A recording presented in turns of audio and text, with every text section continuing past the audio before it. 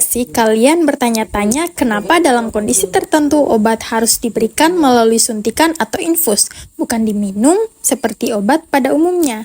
Padahal, Kalau dipikir-pikir, minum obat memang jauh lebih sederhana dan nyaman. Nah, ternyata ada alasan tertentu kenapa suatu obat diberikan langsung melalui suntikan. Pada video kali ini, kita akan membahas salah satu bagian yang paling penting dalam biofarmaseutika, yaitu pengantaran obat secara parenteral. Kita akan membahas mulai dari pengertian, sediaan parenteral, rute pemberiannya, persyaratan yang harus dipenuhi sampai hal-hal yang penting yang perlu diperhatikan dalam penghantaran obat secara parenteral. Jadi, mari kita bahas bersama dengan bahasa yang sederhana supaya materi ini lebih mudah dipahami. Pertama, kita mulai dari pengertiannya. Sediaan parenteral adalah sediaan obat yang diberikan ke dalam tubuh tanpa melalui saluran pencernaan dan umumnya diberikan dengan cara injeksi atau infus. Hal yang paling penting dari sediaan parenteral adalah harus steril. Kenapa harus steril? Karena obat ini bisa masuk langsung ke jaringan tubuh, bahkan langsung ke dalam aliran darah. Bayangkan kalau obat yang langsung masuk ke darah ternyata membawa mikroorganisme. Tentu risikonya sangat besar karena mikroorganisme tersebut juga bisa ikut masuk ke dalam tubuh. Jadi, sederhananya, obat yang diminum melewati saluran pencernaan, sedangkan obat parenteral melewati saluran pencernaan dan masuk melalui injeksi atau infus.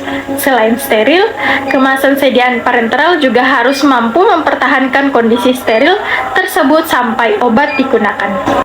Karena diberikan langsung ke tubuh, sediaan parenteral termasuk sediaan yang memiliki persyaratan yang sangat ketat. Bukan hanya obatnya yang harus bersih, mulai dari bahan baku, alat, ruangan produksi, wadah, pengemas, sampai personel yang terlibat dalam proses pembuatannya, semuanya harus dikendalikan agar tidak menjadi sumber kontaminasi. Jadi, sterilitas bukan hanya berarti obatnya tidak mengandung bakteri, tetapi seluruh proses pembuatannya juga harus dilakukan dengan kondisi yang dapat mencegah kontaminasi. Untuk mendapatkan kondisi steril tersebut, dilakukan berbagai proses sterilisasi dan pengendalian secara ketat. Sekarang kita masuk ke konsep utama. Penghantaran obat secara parenteral adalah metode pemberian obat tanpa melalui saluran gastrointestinal atau saluran pencernaan. Obat diberikan melalui injeksi atau infus sehingga obat dapat masuk ke jaringan tubuh atau aliran darah. Nah, dari sini kita bisa melihat salah satu alasan mengapa pemberian parenteral dapat memberikan efek yang cepat. Obat tidak perlu melewati proses seperti obat oral yang harus masuk ke lambung dan usus terlebih dahulu. Baik, di sini saya akan menjelaskan jenis-jenis sediaan parenteral dan hubungan biofarmaseutika pada sediaan parenteral. Dan di jenis-jenis ini ada 8 sediaan, yaitu larutan injeksi, suspensi injeksi, emulsi injeksi, serbuk steril injeksi, larutan infus, implan steril, small volume parenteral, dan large. Yang pertama, larutan injeksi. Larutan injeksi adalah sediaan steril berupa cairan jernih yang mengandung obat yang sudah larut sempurna sehingga siap digunakan tanpa perlu dilarutkan lagi dan dapat digunakan pada intravena atau masuk ke pembuluh darah dan intramuskular yang masuk ke otot dan subkutan yaitu masuk ke jaringan di bawah kulit. Dan ada hubungannya dengan biofarmaseutika yang memberikan absorpsi paling cepat karena obat sudah larut sehingga obat lebih cepat diserap oleh tubuh. Contohnya obat lidocaine injeksi, furosemide injeksi, dan NaCl 0,9%. Adapun materi kedua yaitu suspensi injeksi. Suspensi injeksi adalah sediaan steril yang mengandung partikel obat padat yang tersebar dalam cairan tetapi tidak larut dalam cairan pembawa, digunakan pada intramuskular dan subkan. Dan hubungannya dengan biofarmaseutika yaitu obat harus larut terlebih dahulu di dalam tubuh sehingga penyerapannya lebih lambat. Hal ini membuat efek obat bertahan lebih lama. Contohnya benzatin penisilin G dan metilprednisolon asetat. Dan adapun penjelasan ketiga yaitu emulsi injeksi. Emulsi injeksi adalah sediaan steril berupa campuran minyak dan air yang dibuat stabil dengan bahan pengemulsi dan digunakan pada umumnya di intravena. Hubungannya dengan biofarmaseutika yaitu emulsi membantu menghantarkan obat yang sulit larut dalam air sehingga obat dapat bekerja dengan lebih baik di dalam tubuh atau meningkatkan penghantaran obat yang bersifat lipofilik. Contohnya yaitu propofol dan emulsi lipid untuk nutrisi parenteral. Dan adapun ke materi keempat yaitu serbuk steril untuk injeksi. Serbuk steril untuk injeksi adalah obat berbentuk serbuk yang harus dilarutkan dengan pelarut steril sebelum disuntikkan dan digunakan untuk intravena dan intramuskular. Dan hubungannya dengan biofarmaseutika yaitu bentuk serbuk menjaga obat tetap stabil selama penyimpanannya. Setelah dilarutkan, obat akan bekerja seperti larutan injeksi. Contohnya ceftriaxone, meropenem, dan cefotaxime. Di sini ada materi kelima yaitu larutan infus. Larutan infus adalah sediaan steril dalam volume besar yang diberikan melalui infus untuk menggantikan cairan tubuh atau menghantarkan obat yang digunakan pada intravena. Dan hubungannya dengan biofarmaseutika yaitu infus membuat obat masuk secara perlahan sehingga kadar obat dalam darah tetap stabil. Contoh sediaan NaCl 0,9%, RL, dan dextrose. Ada materi keenam yaitu implan steril. Implan steril adalah sediaan padat yang ditanam di bawah kulit untuk melepaskan obat secara perlahan dalam waktu lama dan dapat digunakan pada suken atau yang di bawah kulit. Dan hubungannya dengan biofarmaseutika yaitu implan melepas obat sedikit demi sedikit sehingga efek obat dapat bertahan selama beberapa bulan sehingga beberapa tahun. Contohnya yaitu implan kontrasepsi etonogestrel dan imulan goserelin. Materi ketujuh ada small volume parenteral atau yang disingkat dengan SFP adalah sediaan parenteral steril dengan volume kurang dari 100 ml digunakan untuk pemberian obat dalam dosis kecil dan digunakan pada intravena, intramuskular, sukan, dan intermal.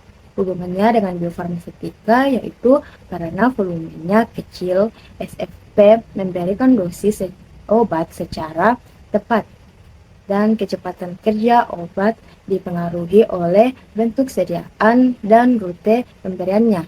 Misalnya larutan intravena memberikan efek paling cepat, sedangkan suspensi intramuskular memberikan efek lebih lambat tetapi lebih lama. Contohnya ampul adrenalin 1 mili dan lidocaine injeksi 2 mili dan terakhir ceftriaxone vial 1 gram.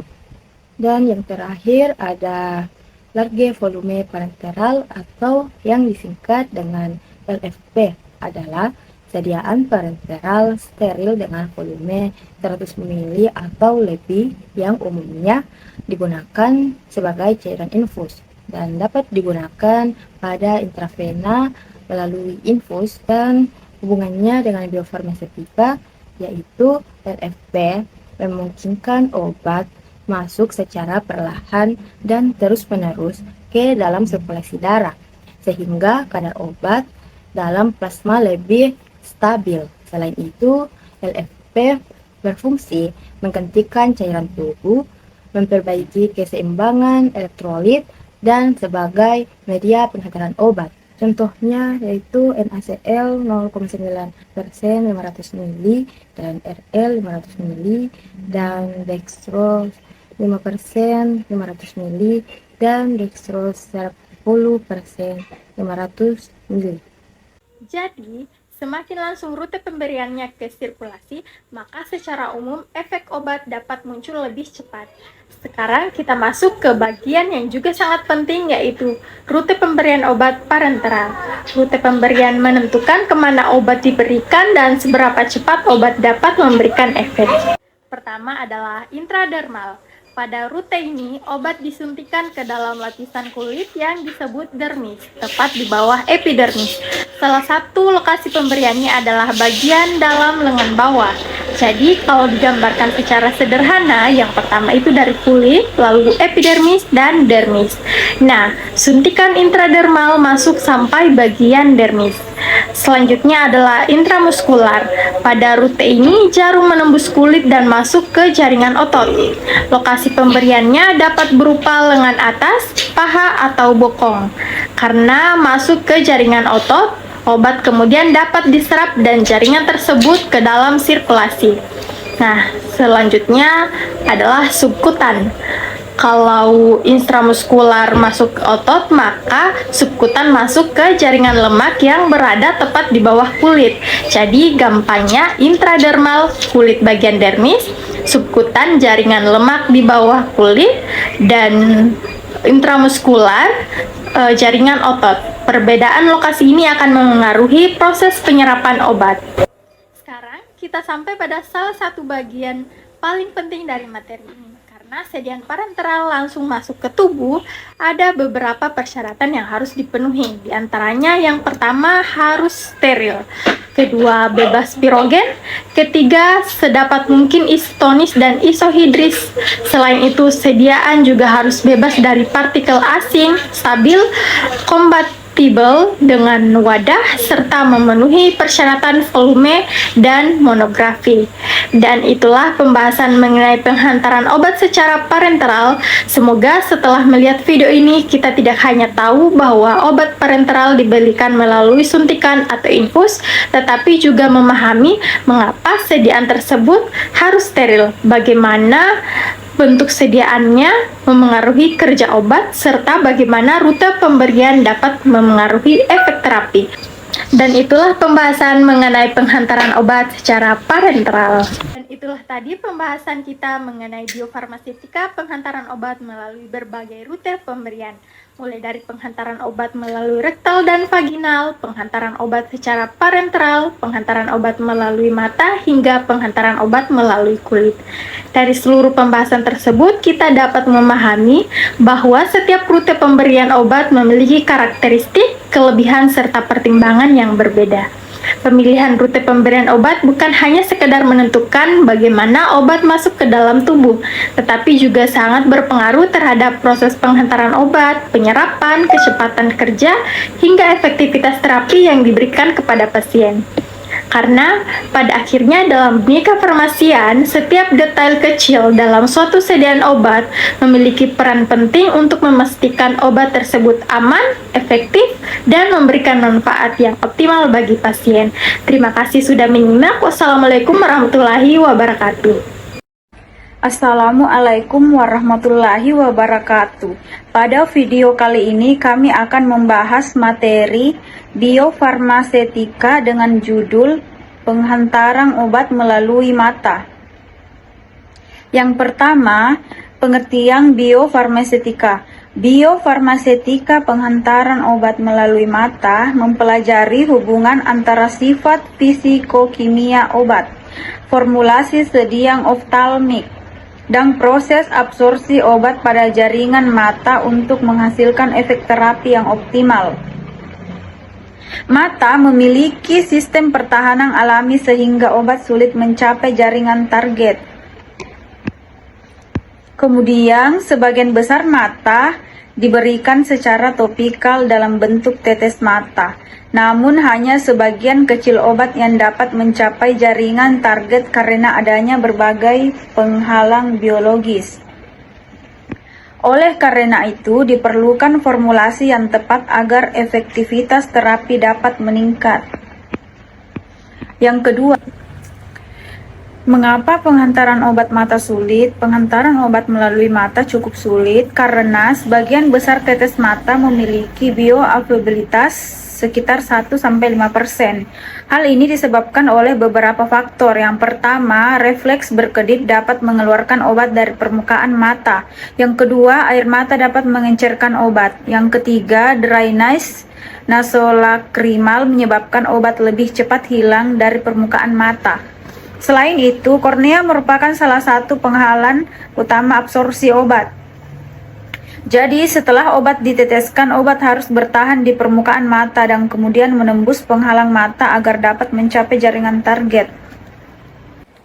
Yang ketiga, anatomi mata berperang. Beberapa bagian mata yang penting dalam penghantaran obat adalah yang pertama, kornea, yang merupakan penghalang utama dan jalur penting penetrasi obat. Yang kedua, konjungtiva, yang dapat menjadi jalur masuk alternatif bagi obat. Yang ketiga, sklera yang memberikan perlindungan dan bentuk pada mata. Keempat, humor aqueous yaitu cairan pada bagian anterior mata yang dapat menjadi tempat distribusi obat. Yang kelima, retina yang merupakan salah satu target terapi pada penyakit mata.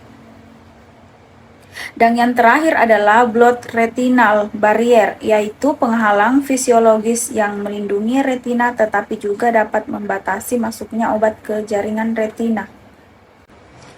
Keempat, jalur penghantaran obat. Terdapat beberapa jalur penghantaran obat melalui mata.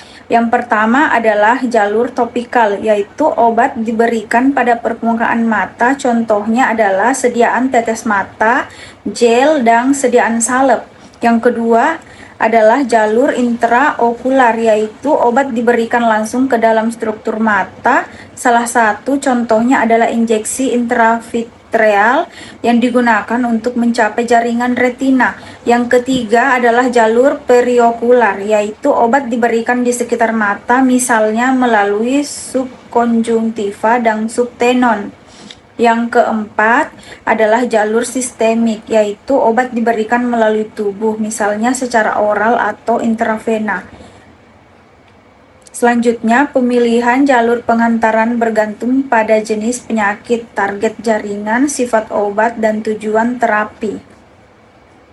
5. Mekanisme absorpsi obat. Obat dari permukaan mata dapat menembus kornea melalui beberapa mekanisme. Yang pertama adalah difusi pasif. Pada mekanisme ini, obat bergerak mengikuti gradien konsentrasi dan tidak membutuhkan energi. Yang kedua adalah transport aktif.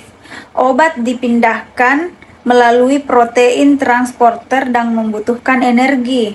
Yang ketiga adalah endositosis. Pada mekanisme ini, obat atau partikel masuk ke dalam sel melalui pembentukan vesikel. Ketiga mekanisme tersebut dapat terjadi secara bersamaan. Mekanisme yang dominan dipengaruhi oleh jenis obat, sifat fisikokimia obat, dan formulasi. Yang keenam itu faktor yang mempengaruhi absorpsi. Faktor yang mempengaruhi absorpsi obat mata dapat dibagi menjadi 3. Yang pertama itu ada faktor obat meliputi kelarutan, lipovisilitas, berat molekul, dan pK. Kedua, faktor formulasi meliputi viskositas, pH, pengawet, dan ukuran partikel. Yang ketiga, faktor fisiologi mata seperti produksi air mata, frekuensi berkedip, drynase nasolakrimal, dan ketebalan kornea. Jadi, keberhasilan absorpsi obat mata merupakan hasil interaksi antara sifat obat, formulasi, sediaan, dan kondisi fisiologis mata. Yang ketujuh itu bentuk sediaan oftalmik. Beberapa bentuk sediaan oftalmik antara lain yaitu eye drop atau tetes mata yang mudah digunakan tetapi cepat hilang dari permukaan mata. Gel memiliki waktu kontak lebih lama tetapi dapat menyebabkan penglihatan kabur. Salep memiliki durasi lebih lama tetapi dapat terasa kurang nyaman. Instar dapat memberikan pelepasan obat secara terkontrol tetapi lebih sulit digunakan. Dan nanoparameter yang dapat meningkatkan bioavailabilitas tetapi membutuhkan teknologi dan biaya yang lebih tinggi. Teknologi modern untuk mengatasi keterbatasan penghantaran obat mata dikembangkan berbagai teknologi modern. Beberapa di antaranya adalah liposom, niosom, nanopartikel, nanoemulsi, dendrimer, in situ gel, dan contour lensa driver. Teknologi tersebut dikembangkan dengan tujuan utama untuk meningkatkan biovisibilitas, memperpanjang waktu kontak obat, dan membantu obat mencapai jaringan target secara lebih efektif. Salah satu contohnya adalah in situ gel. Sediaan ini awalnya berbentuk cair ketika diberikan, kemudian dapat berubah menjadi gel setelah kontak dengan mata sehingga waktu kontak obat menjadi lebih lama. Contoh lainnya adalah contour lensa driver, yaitu lensa kontak yang membawa obat dan melepaskan secara bertahap ke permukaan. Baik, saya akan menjelaskan sedikit tentang penghantaran obat melalui rektal dan vagina. Pengantaran obat melalui rektal yaitu metode pemberian obat dengan cara memasukkan obat melalui anus atau rektum untuk efek lokal maupun sistemik. Rektum memiliki jaringan pembuluh darah yang banyak. Contoh sediaan obat rektal yaitu yang pertama, suppositoria adalah sediaan obat padat berbentuk menyerupai peluru atau torpedo yang dirancang untuk mencair atau larut pada suhu tubuh. Yang kedua, enema, obat cairan pembersih khusus yang dimasukkan melalui anus. Yang ketiga itu foam, sediaan obat yang berbentuk busa. Yang keempat, gel. Obat salep rektal adalah sediaan obat oles yang dirancang khusus untuk meredakan segala nyeri. Yang kelima itu salep atau krim rektal. Yang kedua, pengantaran obat melalui rute vaginal. Apakah itu pengantaran obat melalui rute vaginal? Adalah metode pemberian zat obat melalui mukosa vaginal untuk pemberian efek lokal pada organ reproduksi atau efek seluruh tubuh. Vaginal memiliki permukaan mukosa sehingga kemungkinan dapat mengabsorpsi obat dengan baik. Tujuan pengantaran obat melalui vaginal ada 5, yaitu yang pertama, efek lokal, mengobati infeksi jamur, bakteri atau peradangan di area vaginal secara langsung. Yang kedua, efek sistemik, penyerapan obat ke pembuluh darah untuk aliran darah seluruh tubuh. Yang ketiga, menghindari hati.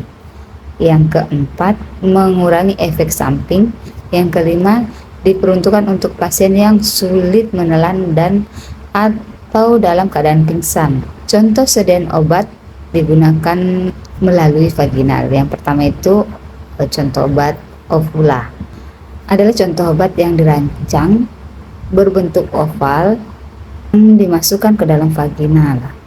Ada juga bentuk tablet vaginal, ada juga krim vaginal, ada juga gel vaginal dan vaginal ring. Terima kasih. Kali ini saya akan membahas tentang biofarmaseutika penghantaran obat melalui kulit. Jadi teman-teman, penghantaran obat melalui kulit atau transdermal and topical drug delivery adalah metode pemberian obat yang memanfaatkan kulit sebagai jalur masuk obat ke dalam tubuh. Nah, tujuannya untuk mendapatkan efek lokal pada jaringan kulit maupun efek sistemik setelah obat menembus kulit dan mencapai sirkulasi darah. Berdasarkan tujuan terapinya, penghantaran obat melalui kulit dibedakan menjadi 2, yaitu penghantaran topikal dan penghantaran transdermal. Untuk topikal contohnya adalah krim, salep, dan gel. Kemudian untuk transdermal adalah patch atau salonpas. Selanjutnya, struktur pengantaran obat melalui kulit adalah metode pemberian obat dengan cara mengaplikasikan sediaan farmasi pada permukaan kulit sehingga obat dapat memberikan efek lokal maupun sistemik. Obat diberikan di permukaan kulit, lalu akan menembus stratum corneum, kemudian difusi melalui epidermis dan masuk ke dermis dan pembuluh darah, lalu akan muncul efek sistemik atau efek lokal. Selanjutnya, yaitu jalur penetrasi obat melalui kulit. Obat dapat menembus kulit melalui 3 jalur utama, yaitu interselular, transselular, dan apendagial. Selanjutnya, ada faktor-faktor yang mempengaruhi penetrasi dan absorpsi obat melalui kulit, yaitu faktor obat, faktor kulit, dan faktor formulasi. Lebih jelasnya dijelaskan pada gambar pada video ini. Selanjutnya, kita akan membahas bentuk sediaan pengantaran obat melalui kulit beserta dengan karakteristik dan contoh penggunaannya. Yang pertama, salep. Karakteristiknya berminyak, contoh penggunaannya pada kulit kering. Yang kedua, krim. Karakteristiknya tidak terlalu berminyak dan contoh penggunaannya pada peradangan kulit. Nah, yang ketiga, gel. Karakteristiknya cepat menyerap, contoh penggunaannya pada jerawat. Yang keempat, lotion. Karakteristiknya cair dan penggunaannya pada area berbulu. Yang kelima atau yang terakhir, pasta. Karakteristiknya melindungi kulit dan contoh penggunaannya pada ruam.